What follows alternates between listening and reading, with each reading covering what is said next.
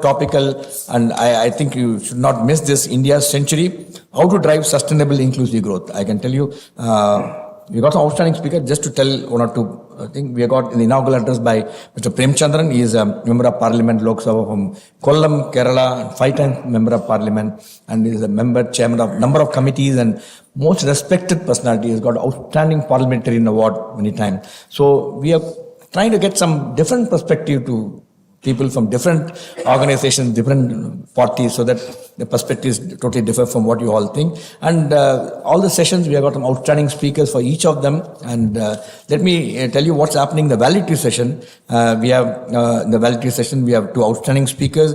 You all know Arun Maira, former Planning Commission member, and also former head of BCG. He'll be delivering the keynote address. And the valedictory address is delivered by H.K. Agarwal, MD of Grasim Industries Limited and Business Director, Pulp Fiber, Aditya Birla Group. And as far as we got really outstanding galaxy of speakers. All the special sessions are represented by MD of different organizations and head of the organizations. Just to name a few, we have Ulka Kelkar, Director of World Resource, Supriya Sahu, Additional Chief Secretary, Midla Ramesh, Director, Sundaram. Then Jain Patel is a member of Executive Committee of L&T, advisor to L&T.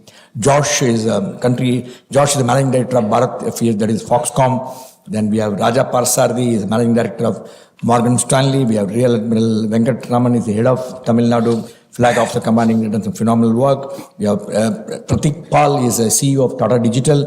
Then we have Prashant Deshpande, Senior Vice President, HR Strategy and Human Resources from Reliance Industries. We got Unikrishnan, Managing Director of Saint-Gobain, Arun Maira, as mentioned. So some of the people I think is worth coming and is happening at IIT Research Park. So we also kept the fees at very reasonable so that none of you can miss it. Please do come and join. Now, coming to today's event. This event we are all working because we are really happy to do this event with MMA, because anything gives happiness to others, we are going to be nothing. And when Ajit Verma and Tiger asked us, straight away said we should do that. And especially we would like to do somebody who is a great achiever in life. Many people achieve great things in corporate, but you will find rarely somebody who has such a phenomenal qualification and done so much achiever, wear the uniform and serve. So that's one thing we are very proud. The distinguished speaker for this evening, you will be meeting him very shortly. Ladies and gentlemen, put your hand together to welcome the distinguished speakers for this evening. Mr. Dr. Mukesh Jain, IPS, is the author of the book Happier You, Strategies to Achieve Peak Joy in Work and Life Using the Science of Happiness. Then we also have an outstanding panel who will be interacting with the speakers for a fireside chat sort of conversation. We have Mr. Rajagopalan Swaminathan, formerly very popularly known as, we all know him as only Tiger. So he is the founder, CEO of Lapan. And Dr. Ajit Verma, again well-wisher, mentor, good friend of ours, Director, Bharatdas Institute of Management. May I request distinguished speaker and the panelists to take your place on the dais. Warm round of applause. Welcome to our distinguished panel, please.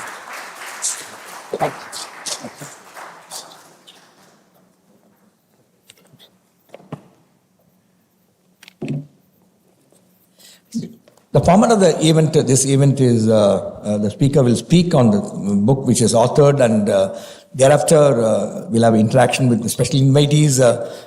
And there will be questions open to the audience who are here and all the viewers watching this program live. As usual, you can send your questions by the number which is flashed.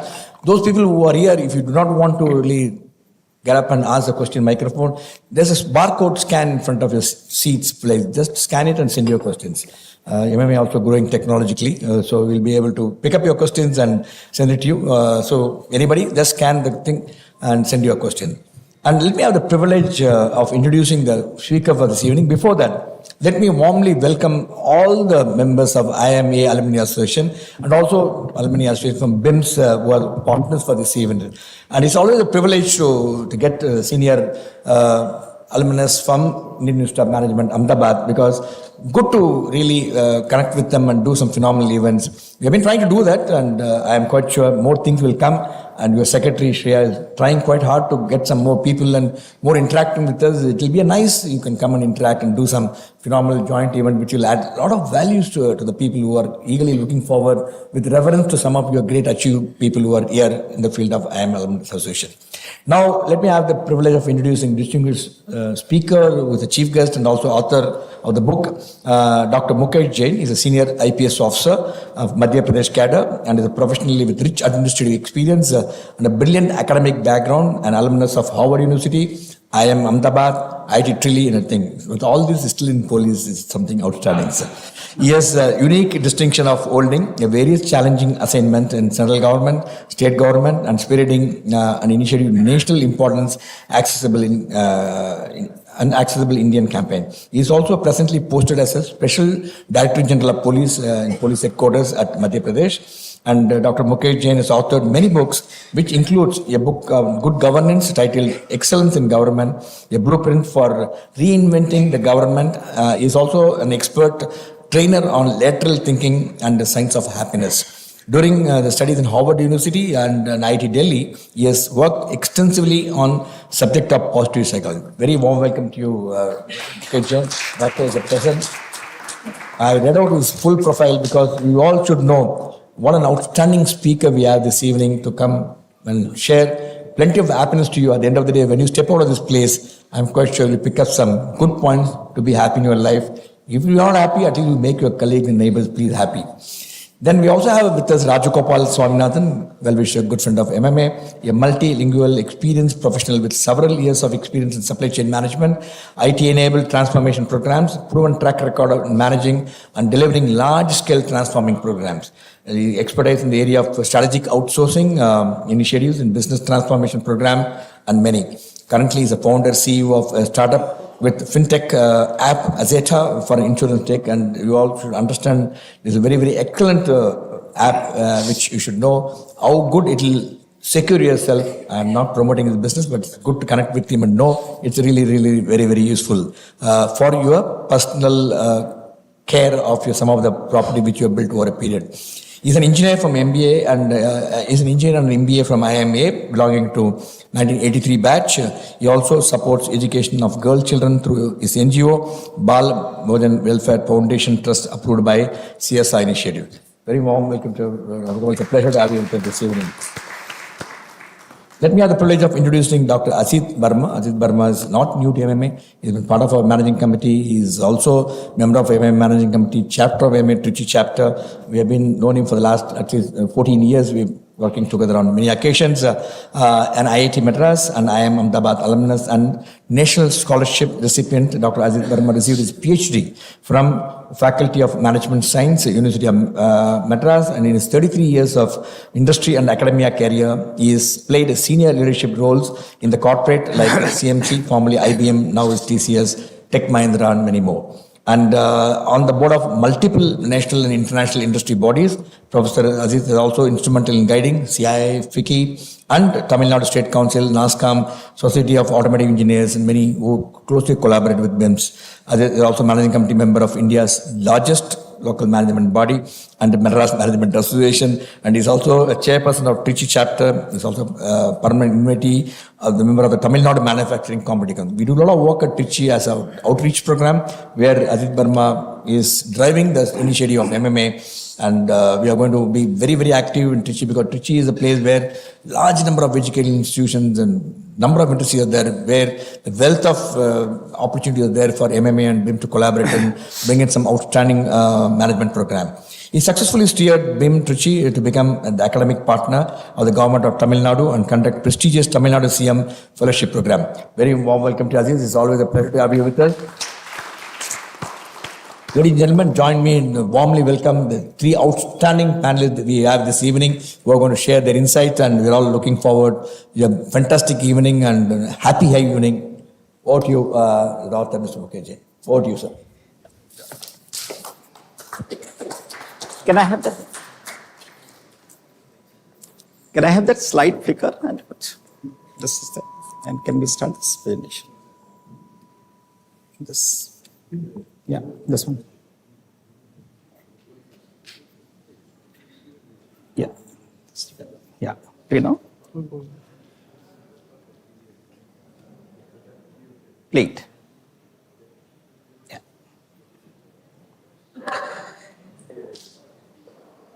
Good evening, everyone. Someone asked Michelangelo, have you heard of Michelangelo? Michelangelo was one of the greatest sculptor humanity has produced. Someone asked Michelangelo, what do you do to your statues? They look so lively, so full of life, as if they'll speak. And you know what is the reply of Michelangelo? He said, I don't make statues. Now, one of the greatest of sculptors, when asked, what do you do to your statues? They look so lively, full of life. He said, I don't make statues. Every stone has a beautiful statue in it. Is that okay? Every stone has a beautiful statue in it. I just remove the unnecessary stone out of it.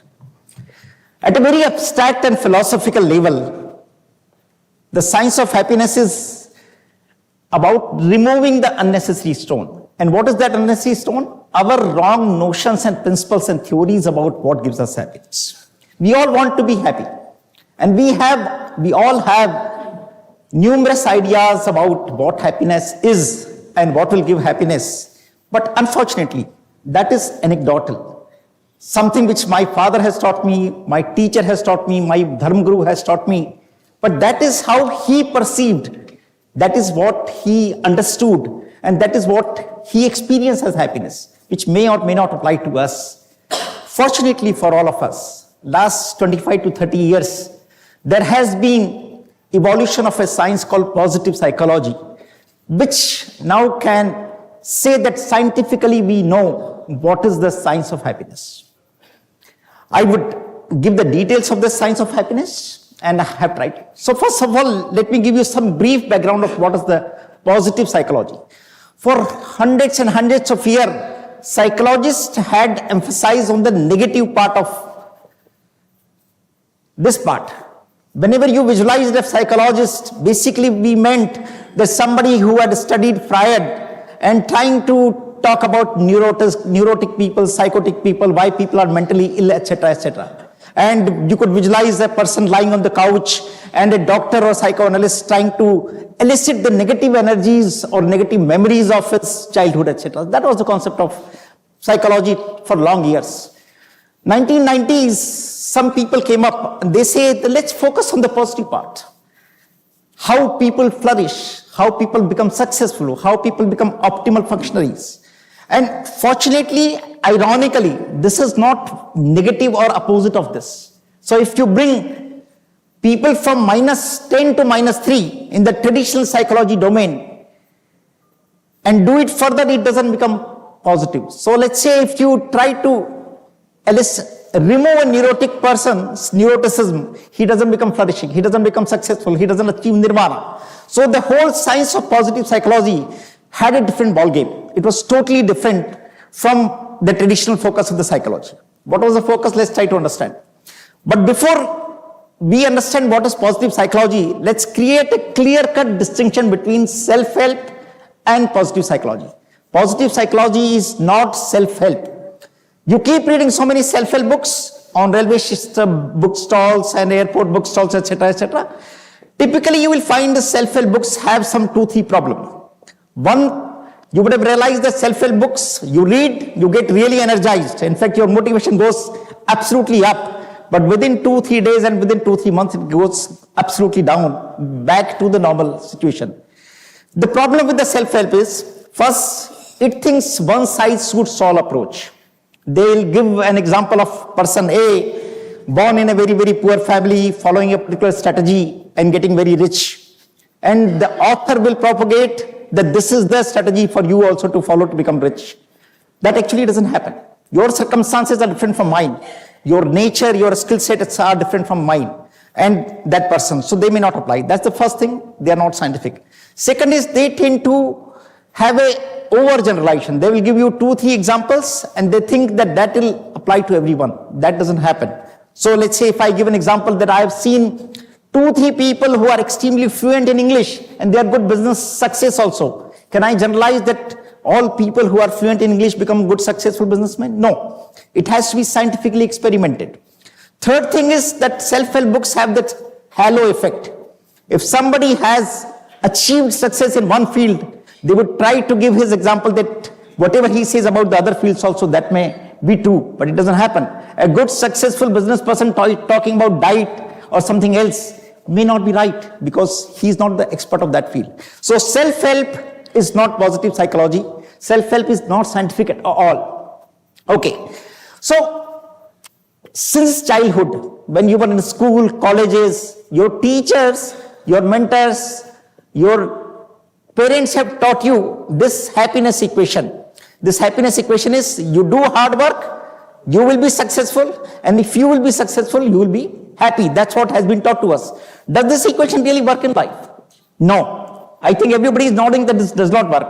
This equation is broken at two places. First of all, hard work does not necessarily lead to success. There are so many intervening variables. Second is, even if you get success does not always lead to happiness. Because in the process of getting success, you might miss some of the important things like your health, family happiness, your child education, etc., etc., or you may miss some of the best friends of yours. The point is that happiness cannot be the end point. But we have met the paradigm, if I get this degree, I'll be happy. If I get married to this girlfriend, I'll be happy. If I get this house of 4-bedroom, I'll be happy. Positive psychologists say this is not the proper equation. They say the real happiness equation demonstrated by millions of experiments is this. Happiness cannot be the end point. Happiness has to be the starting point. Be happy.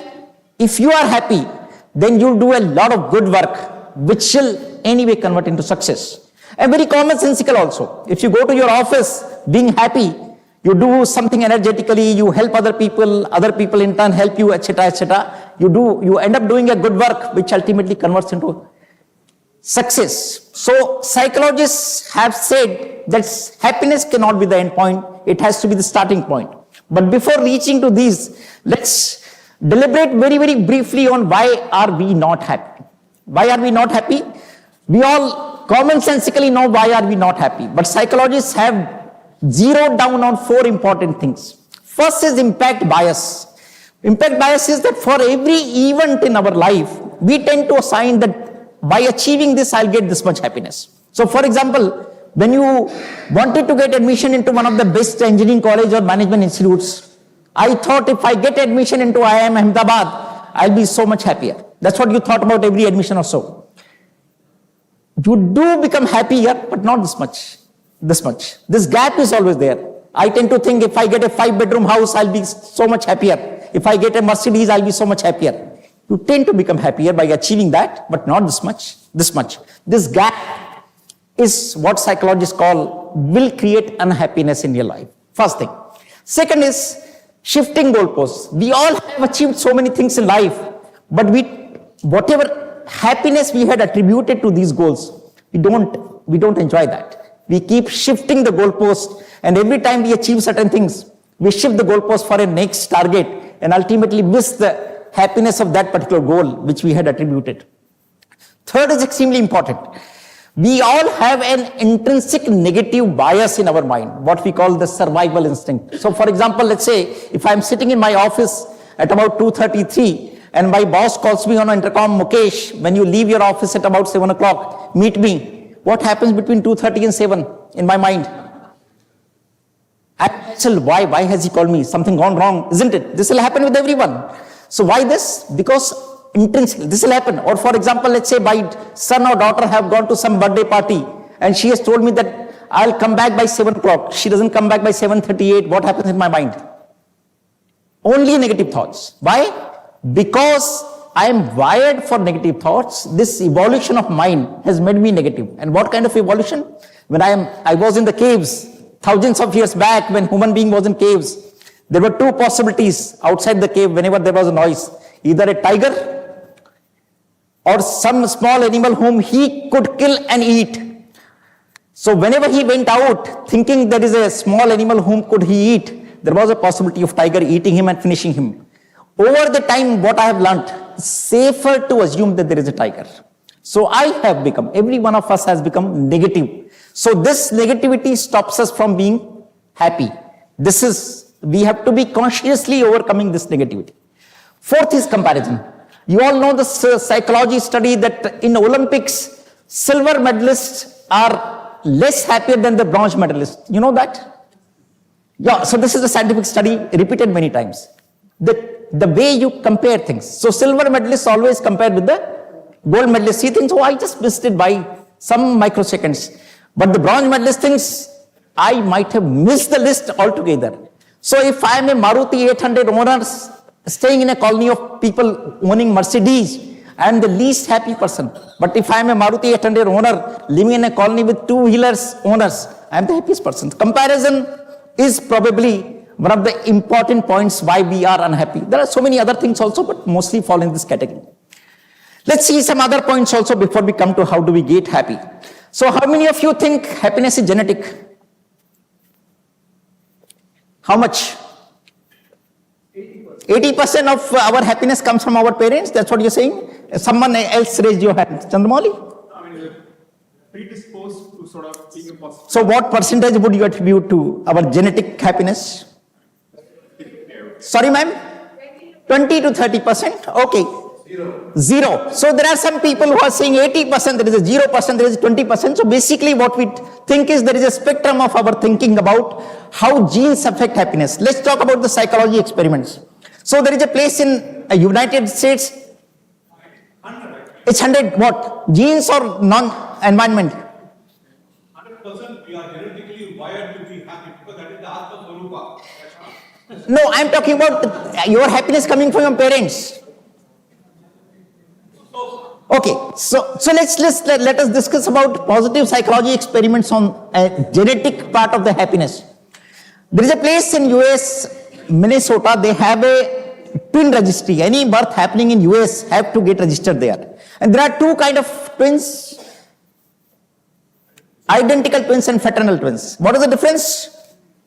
Identical twins come from the same zygote and fraternal twins come from different zygotes. Essentially means identical twins have the same genetic structure while fraternal twins may have some common genetic structure or not. Okay, so they followed 1300 pairs of fraternal twins and identical twins from the age of 0 till 14 years. And they followed their psychological makeup, psychology variables, how do they get stressed, do they get stressed together, etc., etc. What they discovered, what the psychologists discovered is that identical twins are much closer in their psychological happiness or stress as compared to fraternal twins. They tend to have same parents, they tend to have same schooling, food, etc., etc. Some kind of a gender. Further, Daniel Gilbert, a great expert on positive psychology, he did some two wonderful experiments. One was winning the lottery. So he said, let's presume that you win a lottery of 5 crore rupees. What happens to your happiness? You will say that my happiness goes up continuously. That's what you would, isn't it? I would tend to think if I win a very big lottery, my happiness. So Daniel Gilbert says, yes, by winning the lottery, your happiness does go up, but for a while only. It comes down back to your normal level. Similarly, he did experiment with the people who met with some serious accidents, so serious that they were wheelchair bound after the accident. He measured their happiness after the accident and calculated, he didn't know who is going to meet with an accident. He calculated or interpolated or extrapolated their happiness before the accident. And he found is that after accident, people's happiness does come down, but only for a while. It comes back to its normal level. That means something inside you is pulling back you to the same level. One more thing. So there is a gene called 5-HTT in every one of us. Every one of us has a gene called 5-HTT. The only thing is we have two different variations of that. Some people have a shorter variation, some people have a longer variation. Shorter variation people tend to be more sensitive towards happiness. So you show a nice funny video to both of them, the shorter people will laugh more intensely, longer, etc., etc. That means this gene has something to do with the happiness, etc., etc. Basically, based on so many millions of, I have just given you example of 2-3 millions of such experiments say genes have a major role to play in happiness. How much? Let's see. So this lady, Sonja Lyubomirsky, she has done some thousands and thousands of studies and meta-studies. Meta-study means study of studies. And she has reached to this conclusion that 50% of our happiness comes from our genes. Is it a good news or bad news? Is it a good news or bad news? Good news that 50% is still in our hands. Bad news, we can't do anything about our 50% except blaming our parents.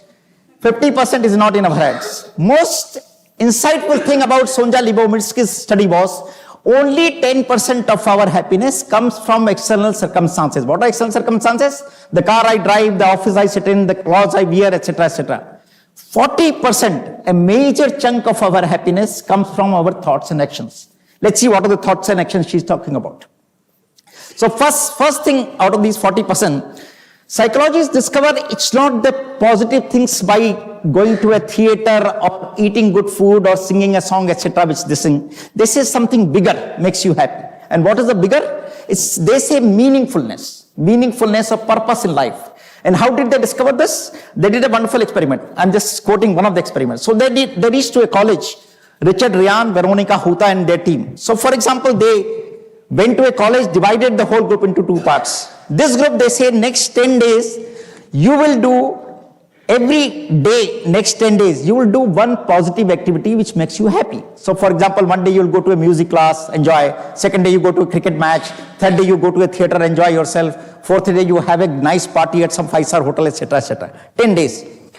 This group was asked to do one meaningful activity per day for next 10 days. What are the meaningful activities? So you will sit with a lady who is cancer terminal patient for whole of the night so that she is like calm and cool, etc., etc. Second day, you will sit with a boy who is having, let's say, blind and he wants to learn Braille, etc., etc. You will help him. Third, you will sit with a person who is struggling with mathematics, so you will teach him. So 10 days, things which will create meaning in your life. Their happiness were measured at 3 points, t equal to 0, t equal to 10 when the experiment finished, and t equal to 3 months. T equal to 0 was same for everyone because they belong to the same college. What do you guess for 10 days? After 10 days, whose happiness was more? No. Commonsensically, these guys have enjoyed for 10 days. Their happiness was much more because they have gone to theater, they have taken good food, etc., etc. But after 3 months, this group's happiness, who did meaningful job, was substantially higher, so much higher that it was visual for them. They could remember each and every moment, what happened with the old lady, what happened with the boy. They forgot what did they eat, what did they watch, etc., etc. Not only 3 months, for 1 year after, their happiness was substantially higher. Meaningfulness gives you long-lasting happiness. That is a experimentally demonstrated kind of an evidence. I would like to show you this lady, Emily Smith, has written a wonderful book on just a small clip.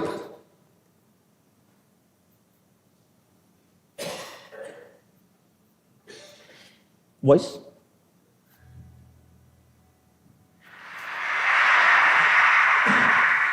I used to think the whole purpose of life was pursuing happiness. Everyone said the path to happiness was success, so I searched for that ideal job, that perfect boyfriend, that beautiful apartment. But instead of ever feeling fulfilled, I felt anxious and adrift. And I wasn't alone. My friends, they struggled with this too.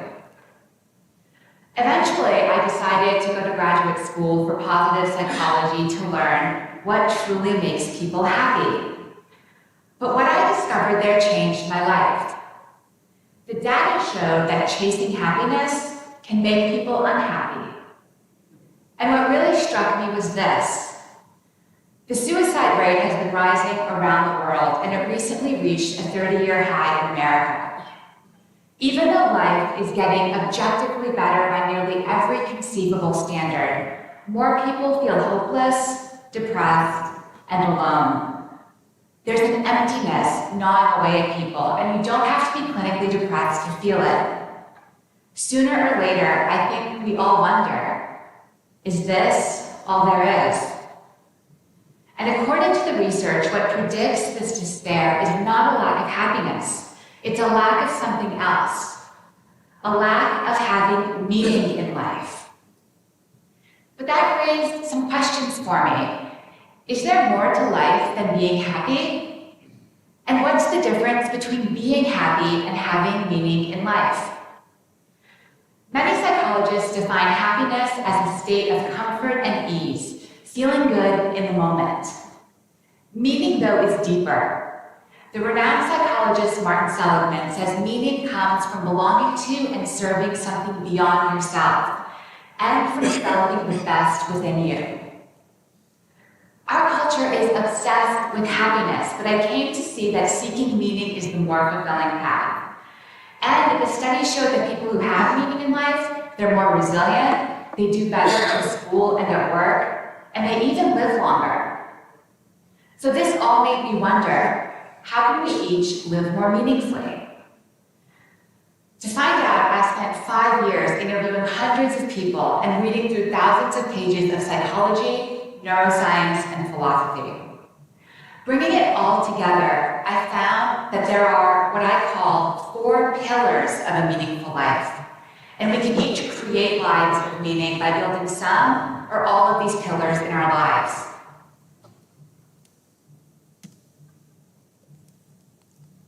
How can you go to the next slide? Okay. This concept of meaning has given a whole new management science of job crafting. How do you change? We used to, in management schools, we used to hear about job enrichment and job rotation, etc. Now they say without even changing the content of the job, can you craft your job so that it becomes more meaningful? I don't have time, but it's a wonderful concept. We all can learn about job crafting so that, because we all have seen people in our organizations who are extremely intelligent, extremely talented, energetic, but they are dysfunctional. They are not aligned. Their meaning is not aligned to organization's meaning. Haven't we seen such people? Okay. Second thing is positivity. All positive emotions, whether it's pride, whether it's gratitude, etc., create happiness. So, for example, there is a very famous study of nuns. So, in US, in 1930s, some senior nun asked her junior colleagues to write an autobiographical note.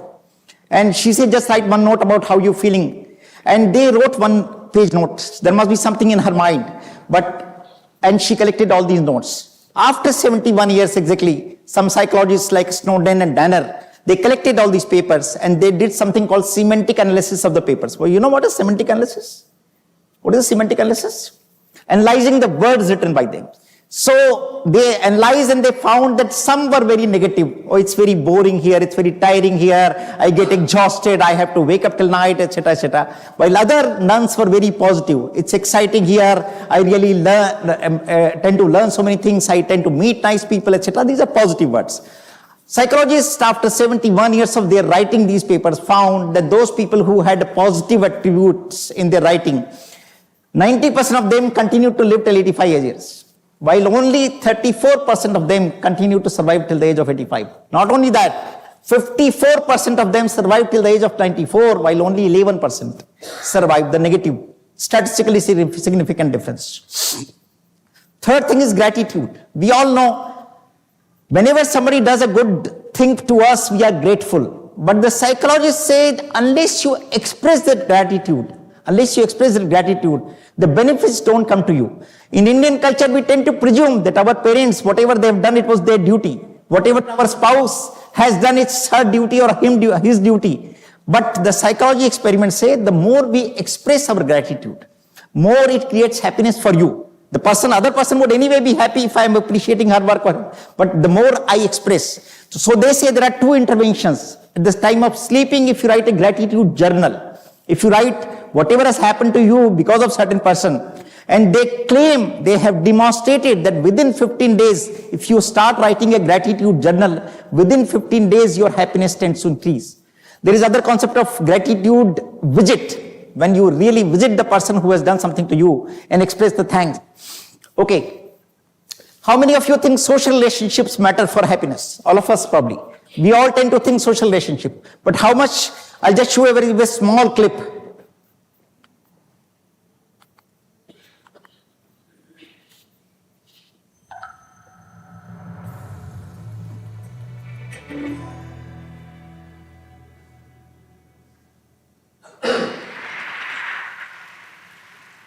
What keeps us healthy and happy as we go through life?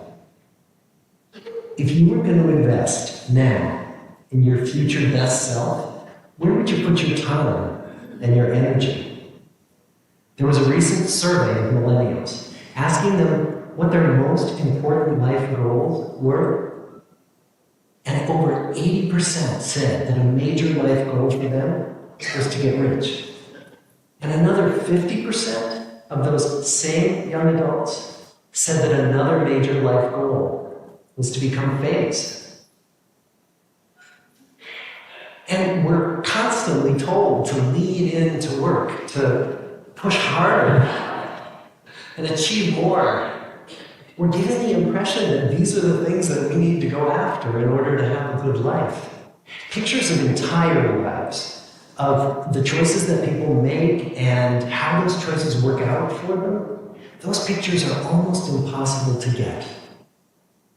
Most of what we know about human life, we know from asking people to remember the past. And as we know, hindsight is anything but 20/20. We forget vast amounts of what happens to us in life. And sometimes memory is downright creative. But what if we could watch entire lives as they unfold through time? What if we could study people from the time that they were teenagers all the way into old age to see what really keeps people happy and healthy? We did that. The Harvard study of adult development may be the longest study of adult life that's ever been done. For 75 years, we've tracked the lives of 724 men. Year after year, asking about their work, their home lives, their health, and of course asking all along the way without knowing how their life stories were going to turn out. Studies like this are exceedingly rare. In 1938, we've tracked the lives of two groups of men. The first group started in the study when they were sophomores at Harvard College. They all finished college during World War II, and then most went off to serve in the war. And the second group that we followed was a group of boys from Boston's poorest neighborhoods. Boys who were chosen for the study specifically because they were from some of the most troubled and disadvantaged families in the Boston of the 1930s.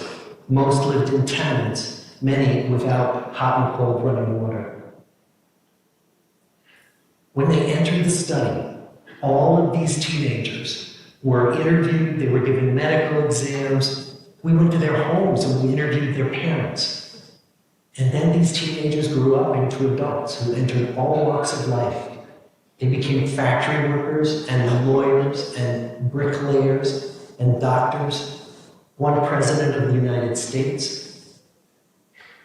Some developed alcoholism, a few developed schizophrenia. Some climbed the social ladder from the bottom all the way to the very top, and some made that journey in the opposite direction.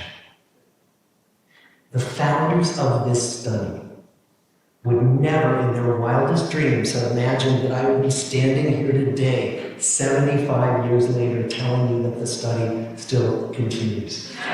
So what have we learned? What are the lessons that come from the tens of thousands of pages of information that we've generated on these lives? Well, the lessons aren't about wealth or fame or working harder and harder. The clearest message that we get from this 75-year study is this: good relationships keep us happier and healthier. 75-year-long study, single line conclusion: good relations make you healthy and happy. But these relations, we are not talking about how many friends you have on Facebook or LinkedIn or your WhatsApp. It's the high quality connections in your life. Okay, very controversial topic, money and happiness. We all think money does give happiness, but up to a certain point. Two important conclusions psychologists have reached to. One is money does give happiness, but not as much we thought. How did they arrive to this conclusion? So they reached to a group of people who are, let's say, for example, earning 1 lakh rupee per month. They ask on a 0 to 10 point of scale of happiness, where are you? Where 0 is no happiness, 10 is maximum happiness. They say we are somewhere about 4.5 or so. They asked them that if your salary is increased 3 times, 3 lakh rupees per month, what will happen to your happiness? They say it will reach to 8.5 or 9. These group of psychologists reached to a different group of people with almost similar kind of a geographical, racial, social background. They say they were already earning 3 lakh rupees per month. And again, the same question was asked on a 0 to 10 point scale, where are you on happiness? What do you think was the answer?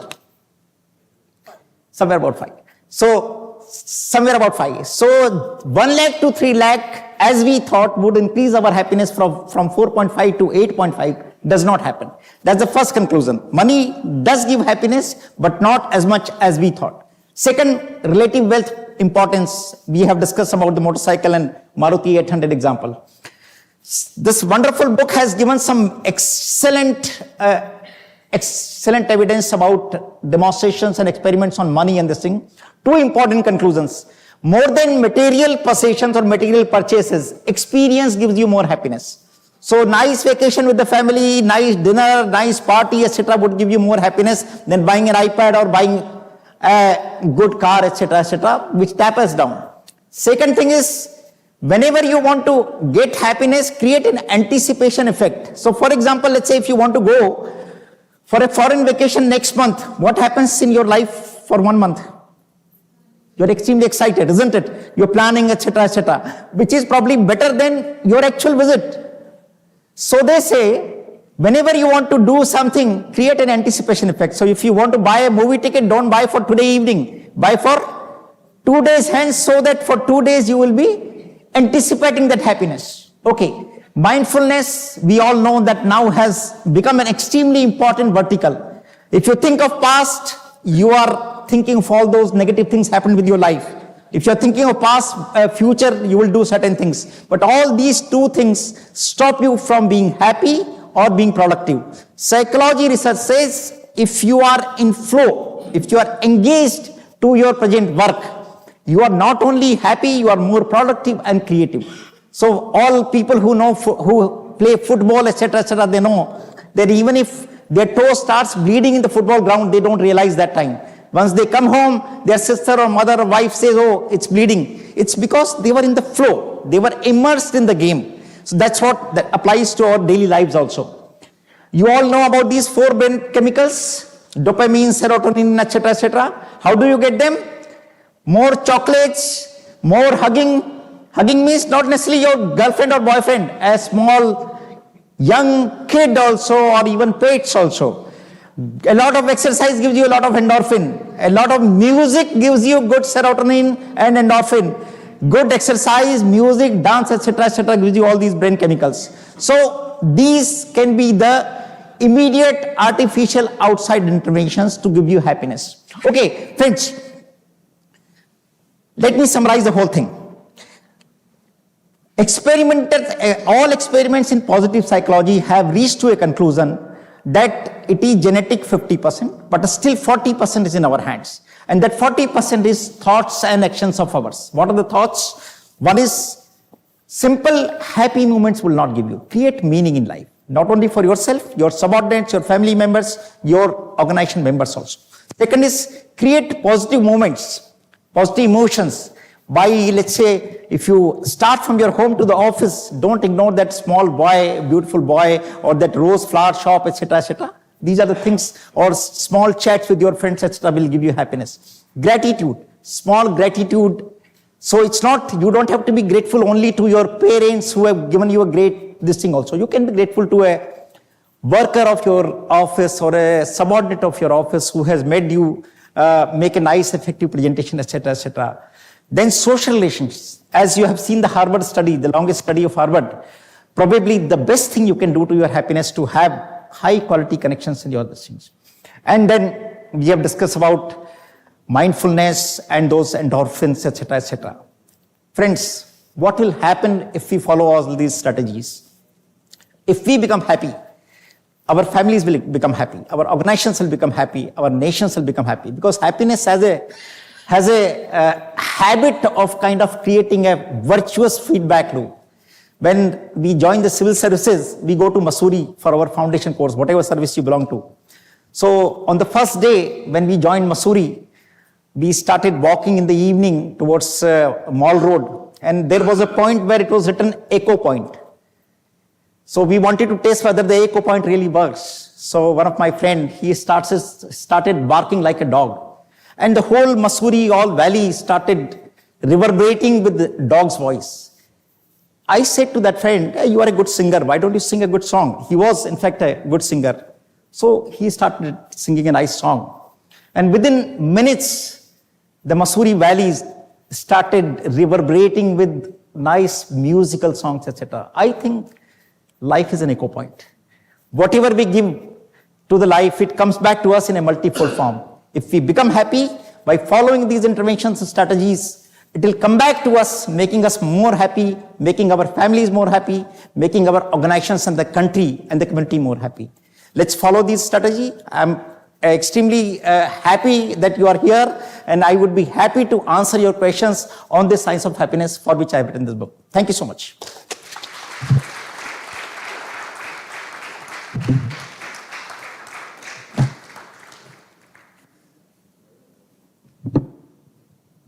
Thank you, Dr. Mukesh.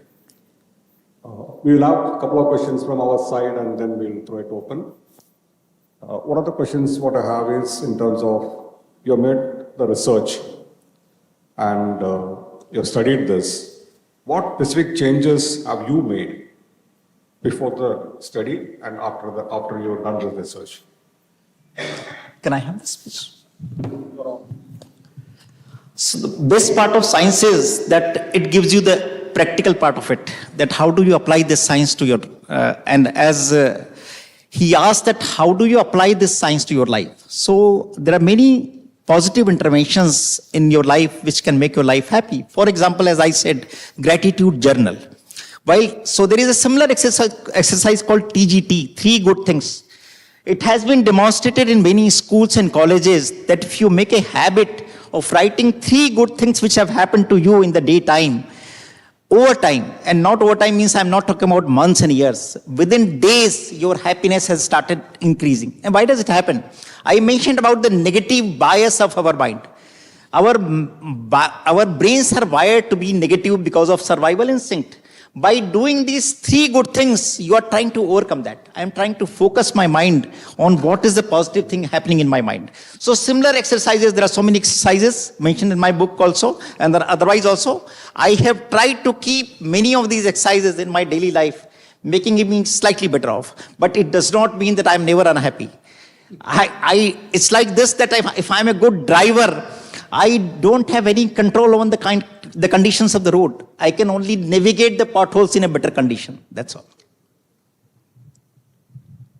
You covered the famous concept of Ikigai.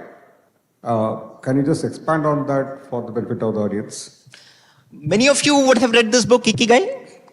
Ikigai, as the Japanese concept, they say reason to be. The meaning of life. And in fact, they have demonstrated nicely in a convergence of Venn diagrams. What are these Venn diagrams they say is? First is, you are interested in that. You are passionate about certain things. So let's say I am passionate about cricket. The second Venn diagram, they say you should be strong in that. So if I am passionate about cricket, the possibility is that I may not be a good player. Then cricket does not give me the Ikigai. Third thing is that particular thing which gives you a demand, or let's say people want, the world wants from you. If the convergence of these circles will create a meaning for you, which can be converted into a profession. If any of the things is lacking, then it doesn't become a meaning and purpose for my life. So coming back to my concept of positive psychology, meaning has to be there.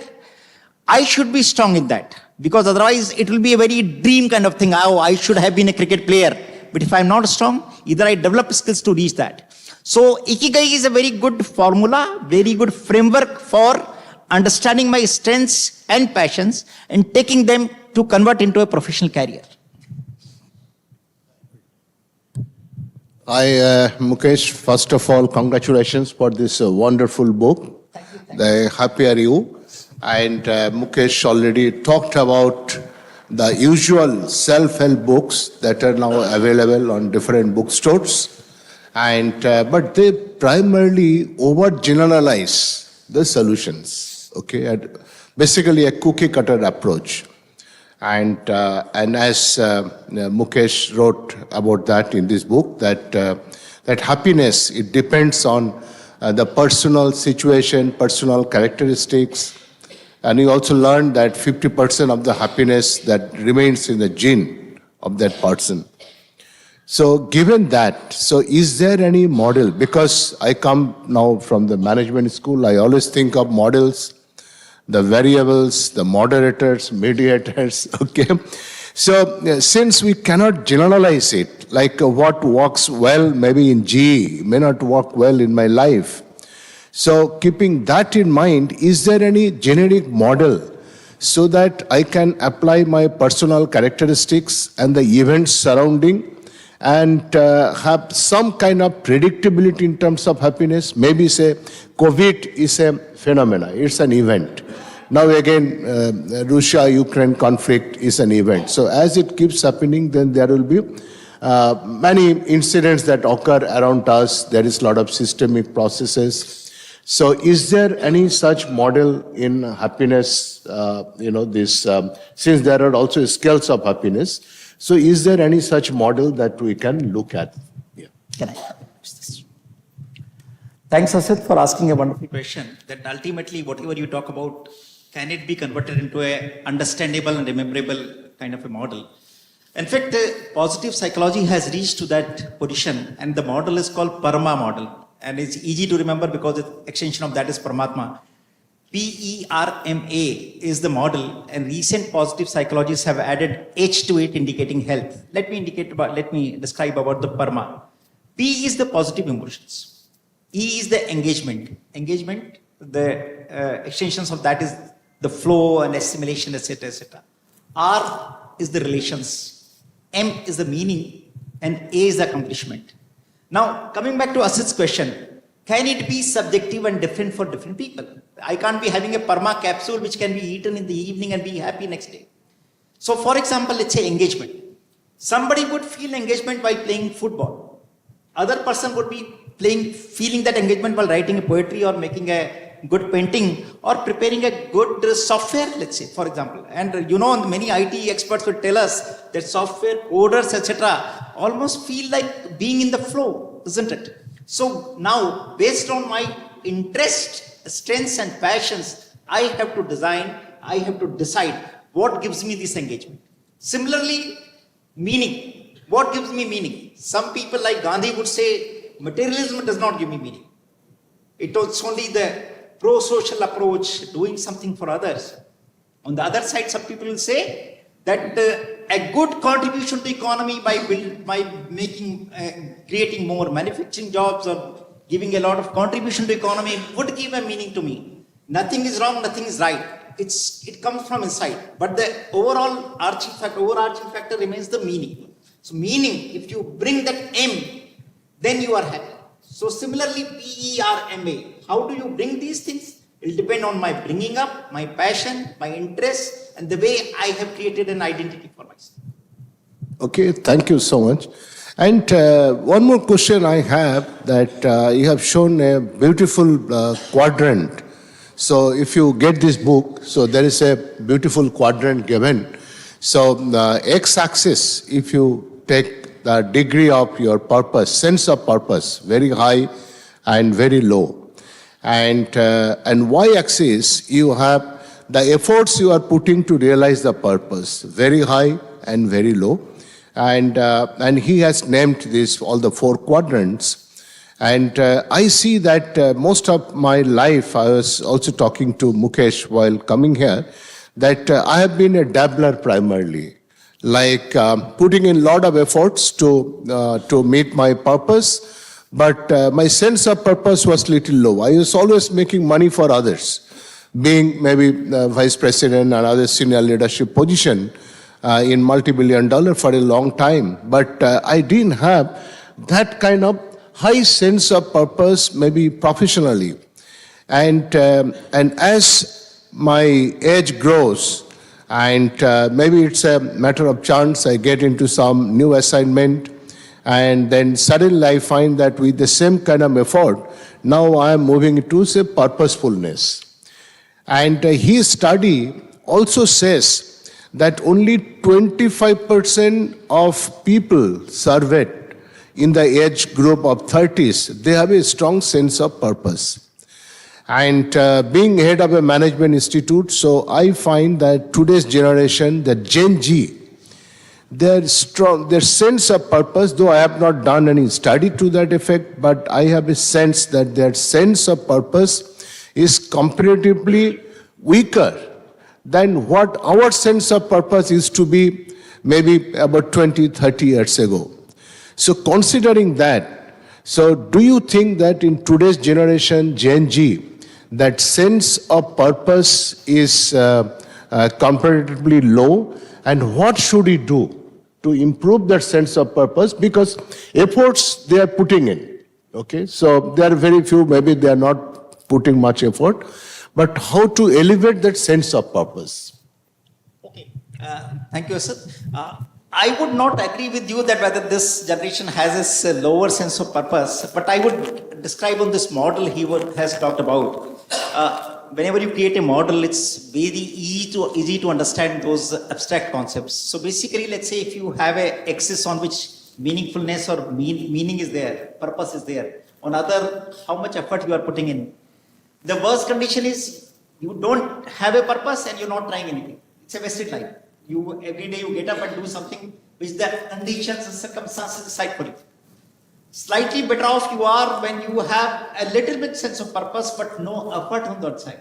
That means you have a basic idea, oh, I want to be a great actor or a great cricket player, but you are not putting any effort, you're not trying to see any YouTube video, you're not trying to find out any cricket academy, etc., etc. So you tend to have, so slightly better off than that person not having it, but you are not doing anything, so you are not likely to reach anywhere. The best thing is having a sense of purpose. Okay, I want to achieve this, and then actively trying to achieve that. And when you have that sense of purpose and you consciously effort, you tend to assimilate and acquire all the resources which will lead you to achieve that purpose. So that's a very nice kind of a framework to achieve that. I think rather than saying that our generations don't have a sense of purpose, what I would say is our schools, colleges should devote more time for people to introspect.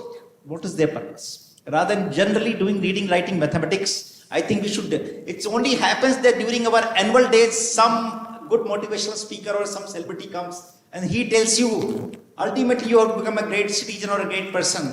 But in normal classes, you would not hear these sense of purpose, etc., etc. So what we have to understand is, probably as parents and teachers, as mentors, we have to give more time for children, more push to the children to understand what they really want to do in life, rather than just pushing them to do those stereotyped engineers or doctors or managers, etc.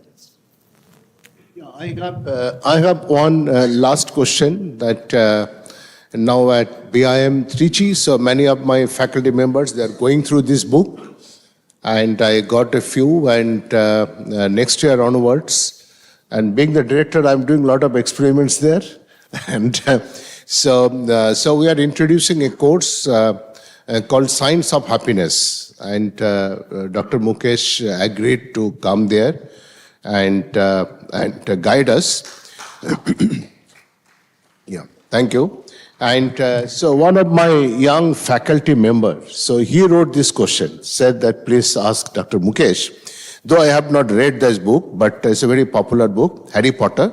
So she says that Professor Dumbledore in the famous Harry Potter series, he said that happiness can be found even in the darkest of times, but only to those who remember to turn on the light.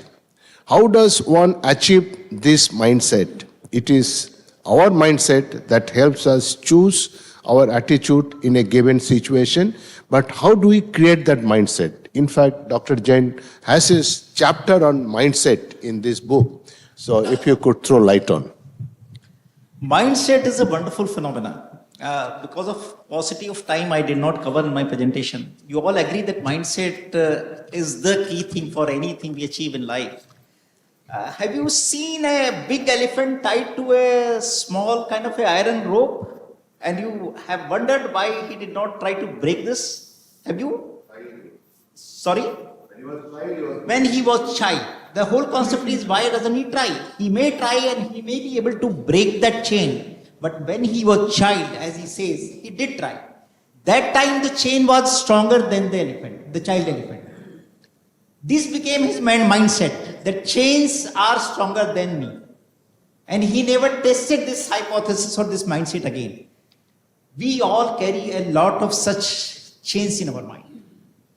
I'm not good at maths, I'm not good at public speaking, I'm not good at social interaction, etc., etc. We never try to taste these. And they remain chains for us. That's one thing. I'll give you 2 or 3 examples of this mindset phenomena. Have you heard of 4 minutes a mile phenomena?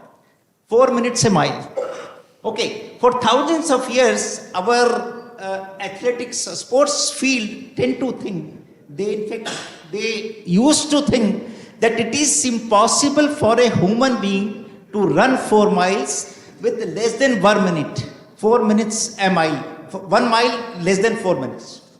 And in fact, there were many scientific papers written on that. The cardiologists say you can't run a mile for less than 4 minutes, otherwise your lungs will burst out. Orthopedicians in their paper said that you have to have a different kind of a bone structure to run this. That's the kind of thing. So that was for hundreds and thousands of years we thought it's impossible to run a mile for less than 4 minutes. Then what happened? In 1959, a man called Roger Bannister came and he ran in 3 minutes and 59 seconds 1 mile. He broke that record. Now, that is not unusual. Someday somebody had to break the record. The very year Roger Bannister broke the record, 7 more people broke the record. And you know how many people have broken this record so far? Any guesses? 1,400 people. What was thought to be impossible has been. So it's basically all our mindsets. One more example. George Denjik, these are real stories. So George Denjik is a great mathematician, teaching somewhere in some Western university. When he was a student, he was a mediocre kind of a student, not very bright, not very distinct. So one day, on a Friday, he reached very late in the classroom. So he sat on his table. He saw on the blackboard some 2 mathematics questions written on the blackboard. He hurriedly copied them. Since he was late to the class, he thought it's a homework for them, because Friday typically they used to get homework. So after finishing the class, he went home to the hostel. He struggled with these 2 mathematics problems. He thought they are slightly more difficult than the usual homework, but he tried it, and submitted the homework to they have those boxes in which you put up in the universities, etc. This was Friday evening. Saturday morning, the professor of mathematics came rushing to George's hostel. He says, George, you did it? George said, yes. Was I not supposed to do that? Professor said, this was not your homework. I was showing you these 2 mathematics problems, which in the history of mathematics, nobody has been able to do it. This man did not hear this because he was late in the classroom. He attempted it and he solved it. Mindset is a big thing. There is a great book written by Carol Dweck. Carol Dweck is a lady, great psychologist. She has written a book called Mindset, the title of the book. She says the whole phenomena of mindset can change wonders. And she says there are 2 kinds of mindsets. One is growth mindset, one is fixed mindset. Fixed mindset is the people who think, my mindset, my skill set, my capabilities are what I'm born with. But the growth mindset people say that everything can be built up, everything can be changed. Now, what are the implications? My implications is, how do I treat and teach my children or colleagues and my subordinates? So, for example, let's say, if my child is studying in class 9th and he does wonderfully well in mathematics class, I can congratulate him in 2 ways. If he gets, let's say, 99% in maths, I can say, you are genius. What will happen? This is what example of? It's example of fixed mindset. He'll grow with a fixed mindset. I am genius. Someday he'll do bad in maths. His concept of being genius shatters. He's unhappy and he's simply flopped now. Against this, I could have said, as father, you have put in a lot of effort in doing maths and that's why you got 99% marks. Now what happens is, his concept is, His achievement is related to his effort. So next time whenever he flops in mathematics, he says, Papa had told me, you have put in effort, that's why you got 99%. That means this time I have not put sufficient effort, he'll put effort. So Carol Dweck says, we all can build our mindsets to be growth mindset. Coming back to his question of lighting a lamp in the darkest of the hours, if we can have that mindset, growth mindset, can we create light in whatever kind of darkness we have? We should know that we have all the strength and capabilities. If we don't presently have, at least we can acquire those capacities and skill set. Then wonders can be done. And we have seen in every field of human life, people have done wonders by acquiring in this life only. I would like to give example of, actually forget. Next. Yeah, I think we can take a few questions. Yeah. Thank you, sir. Fascinating evening. We have got more 560 viewers watching this program, and I got a couple of questions. We'll try and squeeze in another 5 minutes. 5 minutes, we'll exceed the time limit. I take one we question? take few from the audience, then we'll go to online questions. Please go ahead, Mr. John. Congratulations, Mukesh. It was pretty wonderful exposition of happiness. I have one curiosity and one question. Curiosity is, being an IPS officer, how did you get into the entire realm of research and happiness? And all the exposition which you have been giving right now, it shows that you have done a pretty in-depth research. So that's the curiosity. The question is, we are in the era of short selling, right? Adani is very unhappy. Abraham Maslow said that all men and women short sell their life. So my question is, and Abraham Maslow, after his death, they found that after the 5 hierarchies, he talks about the transcendence. So my question is, what does a man do to reach that transcendence stage where they can become happy? Thank you very much. Thank you. So first question, how do you First, the answer to the curiosity part of it? In fact, I also, when I look back, how did police officer get into happiness? So it was very incidental. In fact, you would realize that all great things happen to your life incidentally. Most of the things when you try consciously, they may or may not happen, but some of the greatest things in life happen with coincidence. So I was in Harvard in 2005-06, had gone for a course on public administration, governance. So there is a concept of bidding points. They give every student 1,000 bidding points because some courses are extremely popular. So there is a demand supply gap for these courses. Everybody wanting that, but you don't have seats for enough. So, and there are some 10, 15 such courses. So you can decide whether you would badly want this course or you can allocate 400 for this or 400 for this, 200 for this kind of thing. This course called Positive Psychology 101 or Science of Happiness by Tal Shah. Tal Shah is now the biggest name in Science of Happiness. He is a Jew professor. He has started Happiness Academy in Israel now after teaching at Harvard for long years. I opted for all these 1,000 bidding points and did go for that course. It really changed my thinking and I really became passionate. And this was 2005-06. After that, I kept studying the field. So now I have my personal library of about 10,000 books, printed books, not the digital books. Out of that, about 500 books are on happiness, positivity, and mindset only. So basically, any book which is written on the subject, I get that book and try to read that book. And when I got chance to do my PhD from IIT Delhi, I selected a subject which was nearer to this. I could not have done exactly on this given the constraints of my field, etc., etc. So that also gave me opportunity to understand and learn more about this. So this gave me, I started offering sessions on positive psychology and happiness to government officers, then private sector people, to students. They become very popular. I conduct workshops of 3 hours to conduct on positive psychology, and they're extremely popular because it's more interactive. This was a very boring kind of a exposition. I have some wonderful interactive session when you do exercises, when you have dances and music happening in the classroom, etc., etc. So after that, I thought, let's convert this into a book. So this is basically that workshop converted into a book so that I can reach to the people whom I can't physically go. Now coming back to your question of transcendence and Abraham Maslow's hierarchy of needs, etc., etc. When we were in management and when we first studied this Abraham Maslow's concept of hierarchy of needs, starting from those material needs of roti, kapra or makan, reaching all, then self-esteem needs, self-actualization needs to transcendence needs. Actually, it's very deep. Our Taitreya Upanishad, if you heard of these, Annamaya Kosh, reaching to Anandamaya Kosh, it's basically that. And our concept of Satchitananda is also reaching to that bliss is the ultimate concept.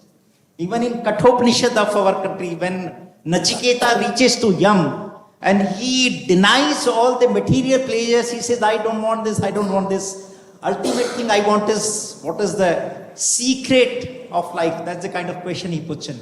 So basically, reaching to transcendence, first of all, you can't skip a stage. You can't skip. So you can't suddenly become an ascetic without testing some kind of materialism. Otherwise, you would not realize that what are the good and bad points. That's why Buddha and Mahavir said the Madhyam Marg, the middle path, etc., we talked about. Transcendence can be reached by anybody. Depends on the kind of strengths you have, the kind of passion you have, the kind of qualities you have. So we talk about the Gyan Marg, Karma Marg, and Bhakti Marg, etc. in our philosophy. That's in brief, I guess. Thank you, sir. We'll take few questions, sir. We've already come to the time. Because of the happiness, we are happy to extend by another 10 minutes so that we'll try and Sir, it's a question from Mr. Muralidharan from Chennai. It's online. Sir, you also spoke about transition, illness and psychology, traditional. Then he says, sir, how do we control that amygdala, which causes all the anger in human? And there's a way, if this is controlled, many of the issues related to happiness could be solved. Your view on this, sir? How do we control? Amygdala, there's a gland in the brain which causes anger and anxiety. Okay. So we are going in the realm of neurology and neuropsychology. How do I control? The wonderful thing about the whole concept is there is a concept of neuroplasticity nowadays. Initially, we used to think our brains are the way we are born with. Our all neurons and dendrites, etc., the way we are born with. The concept of neuroplasticity says we can change our brains. And every experience of our will change our brains, the size of neurons, the way they are connected to each other. So, my short and brief answer to this is the more positive things you involve yourself. True. So let's say start doing TGT, 3 good things, or start writing a gratitude journal. Soon you will find a change in your brain structure and brain wiring itself. Excellent, sir. You mentioned the best happiness is to personal connection. Keep coming to MMA, you'll get that. Next question is again from Mr. Vijay, my namesake. He said, sir, you talked about shifting the goalpost. As a seasoned police officer, how did you manage situations where goalposts are often shifted? How did you manage while to suit the occasion? As a police officer, how could you do that? Because this thing happen to every profession, but more in bureaucratic situations. My intention of, when I say shifting goalposts, I was talking about my own goalposts. So for example, let's say all of us have passed through those stages. When we were in class 12th, we thought I should only top this exam so that I can get admission into best of the engineering college or medical college. That's what, isn't it? Some of us did do that. We topped or let's say got good rank. Now this was a good goalpost to achieve. We should have been happy. Did we become happy? That happiness was only for a day or two. We got busy in filling the form of medical college or engineering college and shifted. I should be getting this scholarship or this college or this, etc. When we thought, let's say, let me give an example. I was the only person. Madhya Pradesh is a Hindi-speaking state, and in my batch, I was the only person to get into IIM Ahmedabad that year, 1984. I'm talking about. Now many people are getting into it. This is a great achievement, and I used to think life will change if I get admission into IIM Ahmedabad. I did get, but did I become this much happier? No. Second day itself, we started preparing resume for our summer placements and our final placements. We tend to ourselves shift the goals rather than enjoying those, rather than celebrating those goalposts which you have achieved. So basically, the whole intention is we have to have many goalposts, small goalposts, celebrate each and every victory, and then go ahead rather than just bypassing them. Lovely, sir. Here's a question from Ram Kumar from Coimbatore. He said, sir, you mentioned about hard work. Hard work does not lead to success always. But my boss always says to me that I must work hard, but not work smart. How do we handle such situations?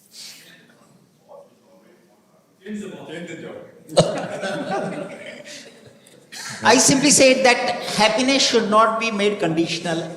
A success-central hypothesis should be avoided. Don't make your life, I will be happy only, then fill in the blanks. Only if I get a good car, only if I get good posting, only I get this job, this girlfriend or boyfriend. Start with happiness as a starting point, not the end point.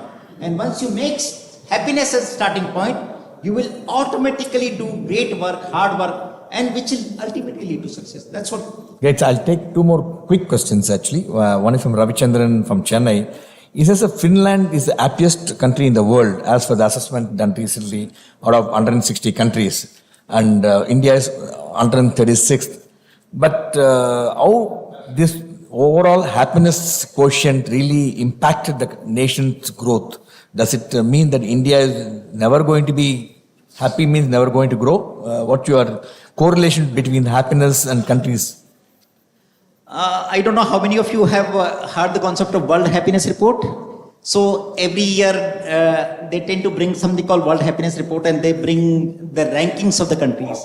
And those countries like Norway, Finland, and Costa Rica, and there is a name to these countries who have been consistently ranking high. They're called Blue Zones of Happiness. In fact, there is a very famous book called Blue Zones of Happiness. Now, I'm coming only to the part of that. There are some consistent ways they have become happier, and one of them is social relationship. On every day, they'll sit with their and gossip, enjoy even small things. So they, for 7 days, they'll sit with friends on 7 days, enjoying their life, taking out time. Unfortunately, we don't do this. We keep postponing. So today, I would not name. Before reaching here, we met some of our old IIM Ahmedabad friends, and two of them said, we are meeting first time after leaving the city. Why so bad living in the same city? We should take out more time to meet each other, because social relations are the real key to happiness.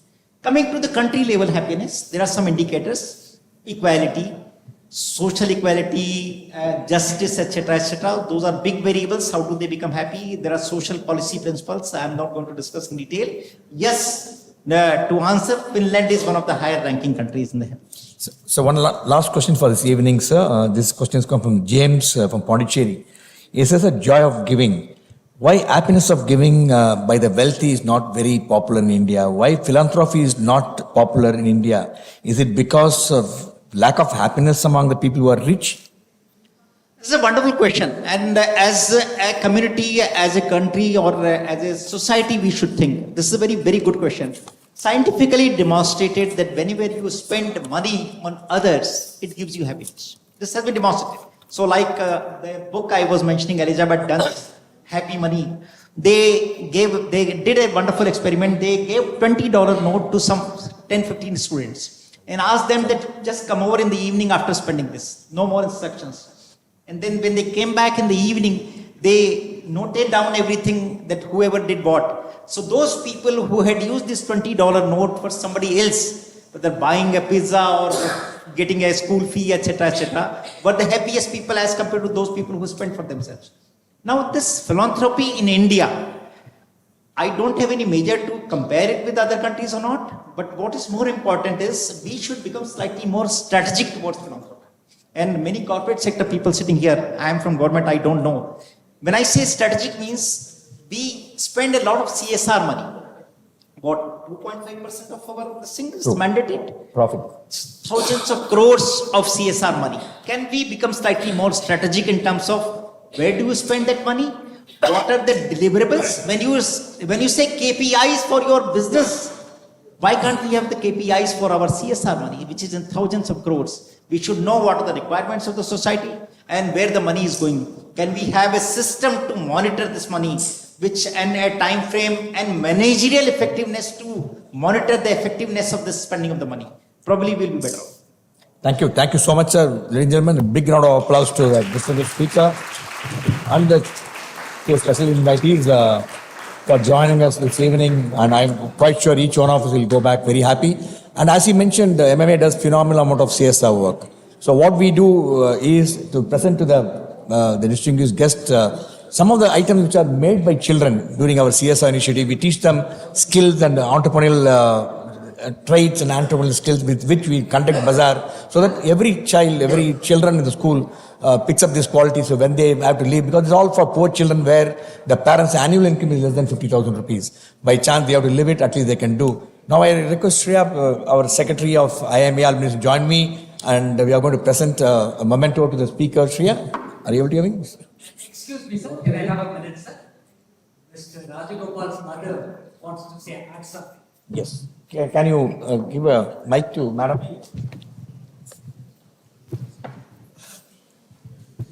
எல்லாருக்கும் நமஸ்காரம். IPS ஆஃபீஸராக இருந்தால் எவ்வளவு கஷ்டம், எவ்வளவு பொறுப்பு, எவ்வளவு தொந்தரவெல்லாம் இருக்குன்னு எனக்கு தெரியும். இவ்வளவு தொந்தரவுக்கும் நடுவில், இவ்வளவு பிரச்சனைகளுக்கும் நடுவில் நீங்கள் இந்த பலவிதமான இதெல்லாம் கலெக்ட் பண்ணி இப்படி இவ்வளோ பெரிய புஸ்தகம் எழுதி எல்லாம் கொடுக்கறதுக்கு கடவுளோட அருள் உங்களுக்கு கண்டிப்பாக இருந்திருக்கு. அதனால தான் உங்களால் முடிஞ்சதுன்னு நினைக்கிறேன். நீங்கள் நல்ல ஆயுசோட, தீர்க்க ஆயுசோட, நல்ல ஹெல்த்தோடு இருக்கணுன்றது என்னோட வேண்டுகோள். ரொம்ப சந்தோஷமாக இருந்தது. எனக்கு ஏதோ புரிஞ்ச வரைக்கும் நல்லாவே புரிஞ்சுது. அதுக்கு நான் ரொம்ப சந்தோஷப்படுறேன். நன்றி, வணக்கம்.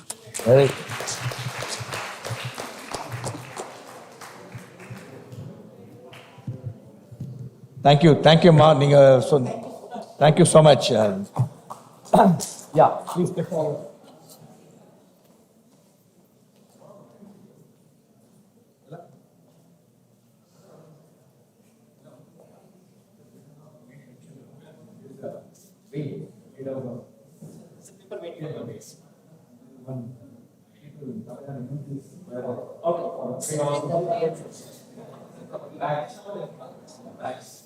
All these are made by children.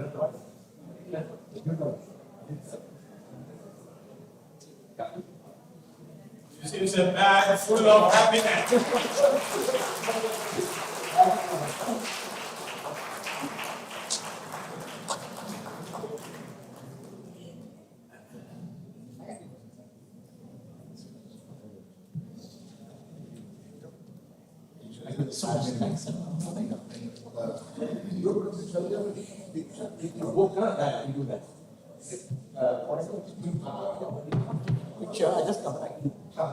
I am leaving 2-3 copies of this book for the MMA library.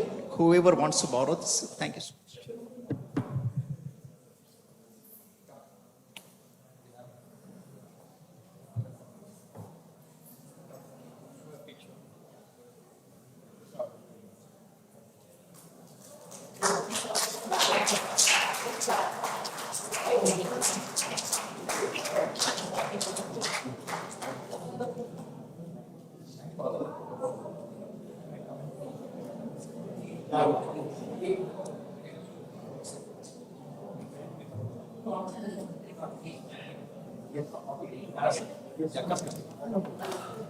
Kana